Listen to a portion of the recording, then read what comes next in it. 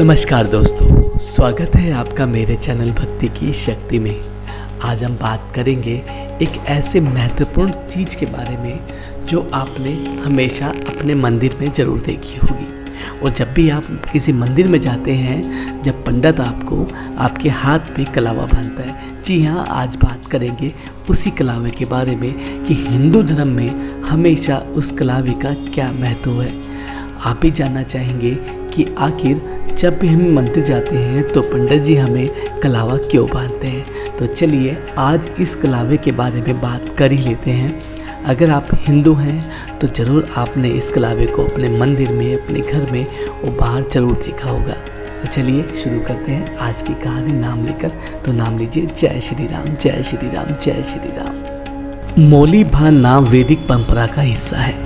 यज्ञ के दौरान इसे बांधे जाने की परंपरा तो पहले से ही रही है, लेकिन इसको संकल्प सूत्र के साथ ही रक्षा सूत्र के रूप में तब से बांधे जाने लगा जब असुरों के दानवीर राजा बलि की अमरता के लिए भगवान वामन ने उनकी कलाई पर रक्षा सूत्र बांधा था।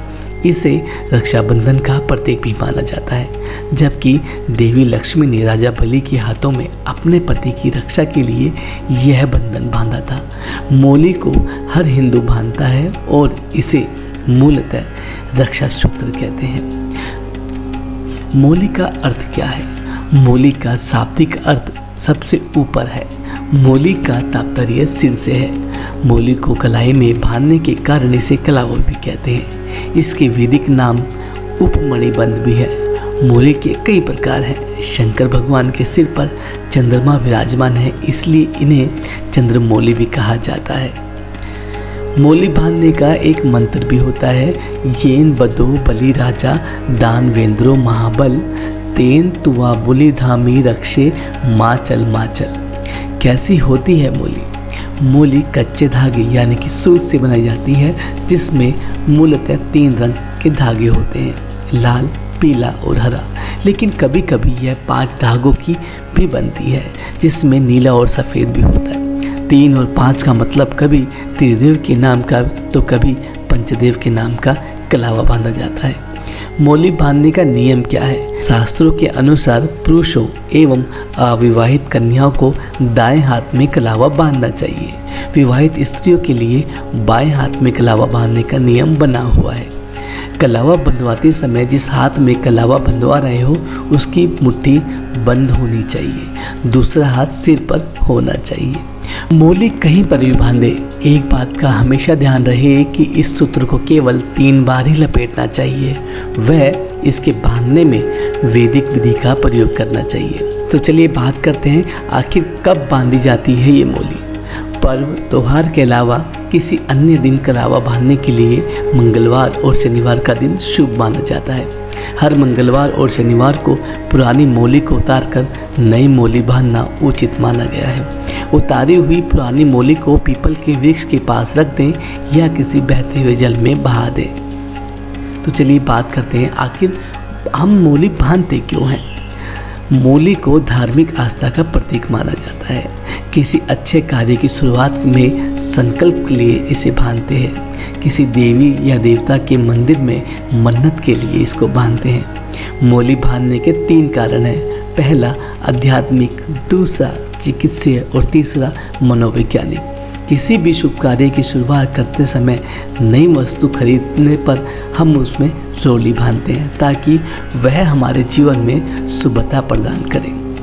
किसी हिंदू धर्म में प्रत्येक धार्मिक कर्म यानी पूजा पाठ, उद्घाटन, यज्ञ, हवन, संस्कार आदि के पहले पुरोहित द्वारा यजमान के दाएं हाथ में मौली बांधी जाती है। इसके अलावा हमारे पालतू पशुओं में हमारी गाय, बैल और भैंस को भी पड़वा, गोवर्धन और होली के दिन मौली बांधी जाती है।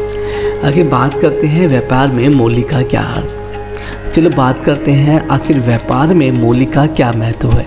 व्यापार और घर में मौली का प्रयोग वाहन, कलम, बही खाते, फैक्ट्री के मेन गेट, चाबी के छल्ले, तिजोरी पर पवित्र मौली को बांधने से लाभ होता है। व्यापार और घर में मौली का प्रयोग कैसे करते हैं?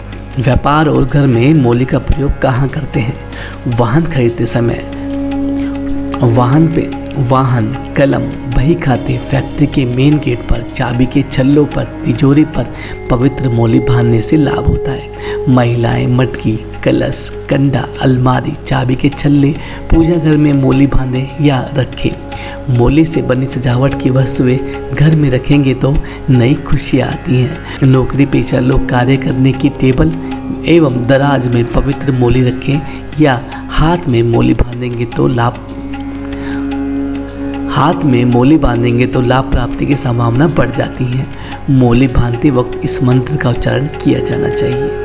मोली करती है काफ़ी चीज़ों से रक्षा। मोली को कलाई में बांधने पर कलावा या उपमणि बंद करते हैं। हाथ के मूल में 3 रेखाएं होती हैं जिनको मणिबंध कहते हैं। भाग्य व जीवन रेखा का उद्गम स्थल भी मणिबंध है। इन तीनों रेखाओं में दैहिक, देविक व भौतिक जैसे त्रिविध तापों को देने व मुक्त करने की शक्ति होती है। इन मणिबंधों के नाम शिव, विष्णु और ब्रह्मा है। इसी तरह शक्ति, लक्ष्मी व सरस्वती का भी साक्षात वास रहता है। जब हम कलावा का मंत्र रक्षा हेतु पढ़कर कलाई में बांधते हैं तो 3 धागों का सूत्र त्रिदेव व त्रिशक्तियों को समर्पित हो जाता है, जिससे रक्षा सूत्र धारण करने वाले प्राणी की सब प्रकार से रक्षा होती है। इस रक्षा सूत्र को संकल्प पूर्वक बांधने से व्यक्ति का मारण, मोहन, विदेशन, उच्चाटन, भूत प्रेत और जादू टोने का असर नहीं होता। बात कर लेते हैं कि आध्यात्मिक पक्ष में इस मोली का क्या होता है। शास्त्रों का ऐसा मत है कि मोली बांधने से त्रिदेव ब्रह्मा, विष्णु व महेश तथा तीनों देवियों लक्ष्मी, पार्वती व सरस्वती की कृपा होती है। ब्रह्मा की कृपा से कृति, विष्णु की कृपा से रक्षा तथा शिव की कृपा से दुर्गुणों का नाश होता है। इसी प्रकार लक्ष्मी से धन, दुर्गा से शक्ति व सरस्वती की कृपा से बुद्धि प्राप्त होती है। यह मोली किसी देवी या देवता के नाम पर बांधी जाती है, जिससे संकटों और विपत्तियों से व्यक्ति की रक्षा होती है। यह मंदिरों में मन्नत के लिए भी बांधी जाती है। इसमें संकल्प निहित होता है। मोली बांधकर किए गए संकल्प का उल्लंघन करना अनुचित और संकट में डालने वाला सिद्ध हो सकता है। यदि आपने किसी देवी या देवता के नाम की यह मोली बांधी है तो उसकी पवित्रता का ध्यान रखना भी जरूरी हो जाता है। कमर पर बांधी गई मोली के संबंध में विद्वान लोग कहते हैं, इसमें सूक्ष्म शरीर स्थिर रहता है और कोई दूसरी बुरी आत्मा आपके शरीर में प्रवेश नहीं कर सकती। बच्चों को अक्सर कमर में मोली बांधी जाती है। यह काला धागा भी होता है। इससे पेट में किसी प्रकार के रोग नहीं होते। प्राचीन काल से ही कलाई, पैर, कमर और गले में भी मोली बांधे जाने की परंपरा चिकित्सक लाभ भी है। शरीर विज्ञान के अनुसार इससे त्रिदोष अर्थात वात, पित्त और कफ का संतुलन बना रहता है। पुराने वैद्य और घर परिवार के बुजुर्ग लोग हाथ, कमर, गले व पैर के अंगूठे में मोली का उपयोग करते थे, जो शरीर के लिए लाभकारी था। Blood pressure, heart attack, diabetes और लकवा जैसे रोगों से बचाव के लिए मोली बांधना हितकारी बताया गया है। हाथ में बांधे जाने का लाभ क्या होता है? शरीर की संरचना का प्रमुख नियंत्रण हाथ की कलाई में होता है। अतः यहाँ मोली बांधने से व्यक्ति स्वस्थ रहता है। उसकी ऊर्जा का ज़्यादा क्षय नहीं होता। शरीर विज्ञान के अनुसार शरीर के कई प्रमुख अंगों तक पहुँचने वाली नसें कलाई से होकर गुजरती है। कलाई पर कलावा बांधने से इन नसों की क्रिया नियंत्रित रहती है। कमर पर बांधी गई मोली के संबंध में विद्वान लोग कहते हैं कि इसमें सूक्ष्म शरीर रहता है और कोई दूसरी बुरी आत्मा आपके शरीर में प्रवेश नहीं कर सकती। बच्चों को अक्सर कमर में मोली बांधी जाती है। यह काला धागा भी होता है। इसमें पेट के किसी प्रकार के रोग भी नहीं होते हैं। मोली बांधने से पवित्र और शक्तिशाली बंधन होने का एहसास रहता है और इससे मन में शक्ति और पवित्रता बनी रहती है। व्यक्ति के मन मस्तिष्क में बुरे विचार नहीं आते और वह गलत रास्तों पर नहीं भटकता। कई मौक़ों पर इससे व्यक्ति गलत कार्य करने से बच जाता है। तो दोस्तों, ये थी हमारे हिंदू धर्म में कलावा बांधने का महत्व और उसके पीछे की जानकारी। आशा करता हूँ ये जानकारी आपके लिए बेहद लाभकारी साबित होगी।